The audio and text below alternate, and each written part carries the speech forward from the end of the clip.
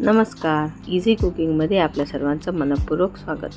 याआधी आपण कच्च्या कैरीपासून न शिजवता सरबत बनवलेले आहे. तर आज आपण इथे कैरीपासून पुदिना कैरी सरबत, तसेच जाम आपण ब्रेडला लावून खाऊ शकतो. तसेच गूळ घालून सुद्धा आपण याचं सरबत बनवून अगदी वर्षभर आपण याचा आस्वाद घेऊ शकतो.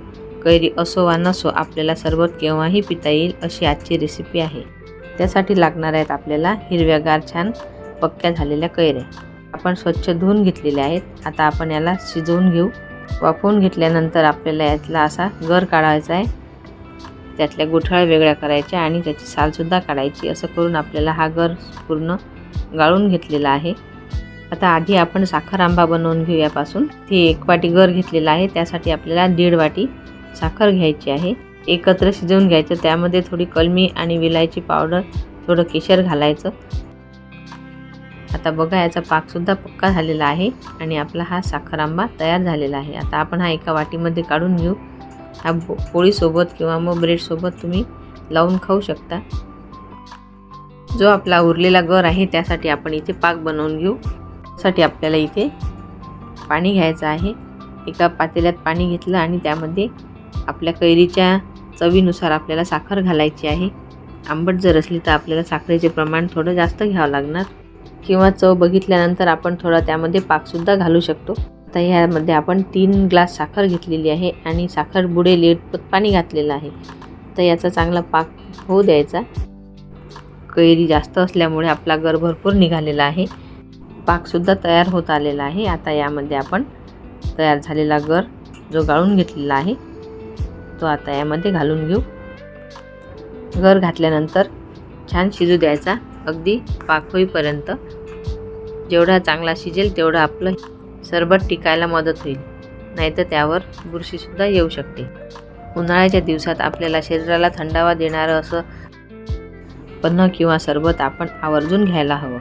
त्यातल्या त्यात आपण जर असं बनवून ठेवलं तर आपण हे सरबत केव्हाही पिऊ शकतो.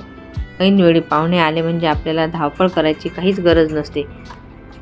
अगदी लहानांपासून मोठ्यांना आवडणारं पाचक आणि पौष्टिक असं कैरीपासून सरबत बनवून तयार होतं. गर आपला शिजत आहे तोपर्यंत याला लागणारा मसालासुद्धा तयार करून घेऊ. त्यासाठी आपण इथे घेतलेला आहे 2 चमचे जिरे, 1 चमचा मिरे, 2 छोटी विलायची आणि थोडे काळे मीठ घेतलेले आहे, थोडे साधं मीठ आणि चाट मसाला.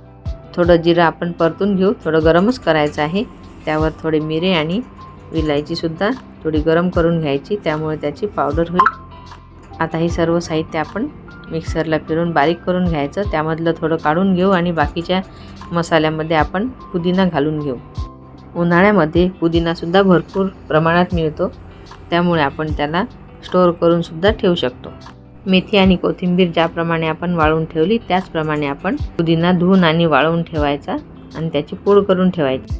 आता हे घेतलेले साहित्य आपल्या आवडीनुसार आपल्याला कमी जास्त करता येईल, किंवा अशी पूड तयार करून ठेवायची आणि आपल्याला सरबतामध्ये वरूनसुद्धा घालता येईल. आता छान हे बारीक झालेलं आहे. यामधील आपण थोडी पावडर काढून घेऊ. बाकीच्या मसाल्यामध्ये आपण पुदिना घालून त्याची पेस्ट तयार करून घेऊ. छान पेस्ट झाल्यानंतर त्याला गाळून घ्यायचं. गाळून घेतल्यानंतर जो गर निघेल त्याचा आपण या तयार झालेल्या जो गर आहे आपला कैरीचा शिजलेला त्यामध्ये घालायची. त्यासाठी आपण तो पूर्ण जो गर आहे त्याचे 4 भाग करायचे. तर आधी आपण एकच भाग घेऊ, बाकीचं एकत्र राहू देऊ आणि त्या एका भागात हा जो तयार झालेला पुदिनाचा गर आहे हा घालू. हा घातल्यानंतर परत शिजू द्यायचं आणि त्यामध्ये आपल्या आवडीनुसार आणखी आपण चाट मसाला किंवा मग काळं मीठ, साधं मीठ हे घालून घेता येईल. शिजलेल्या गरामध्ये आपण पुदिन्याचा गर घातला. आता हे परत शिजू द्यायचं, छान घट्ट होऊ द्यायचं आणि थंड झाल्यानंतर त्यामध्ये लिंबाचा रस सोडायचा. 1 ते 1.5 लिंबाचा रस त्यामध्ये चालेल. तर अशा प्रकारचं हे मिश्रण आपलं तयार झालेलं आहे. आता याचा आपण कैरी आणि पुदिन्याची चव येईल असं आपलं हे सरबत बनवून तयार होत आहे. याला पुदिन्याचा हिरवा रंग आलेला असल्यामुळे आपण यामध्ये रंग घालायचं काम नाही. अशा प्रकारे आपली ही बरणी भरून तयार आहे. आता यापासून आपल्याला झटपट सरबत बनवायचा. 1 ग्लास घ्यायचा, त्यामध्ये बर्फाचे क्यूब घालायचे तयार कैरीचा क्रश घालायचा आणि वरून पाणी घालायचं.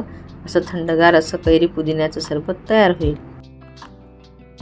आता आपण पुढचं सरबत बघू. जो आपण बाजूला काढलेला मसाला होता तो मसाला आता बाकीच्या गरामध्ये घालून घेऊ. आपण साखरेचा पाक बनवल्यावर त्यामध्ये जो गर घातला होता त्यातील काही गर मी गूळ घालून शिजवलेला आहे. त्याचा व्हिडिओ यामध्ये घेतला नाही कारण आपला व्हिडिओ खूप मोठा होत होता, त्यामुळे फक्त साखरेच्या पाकामध्ये शिजवलेलाच गर दाखवला. आता यामध्ये हा मसाला घातलेला आहे. आपल्याला कमी वाटला तर आपण परत यामध्ये घालू शकतो.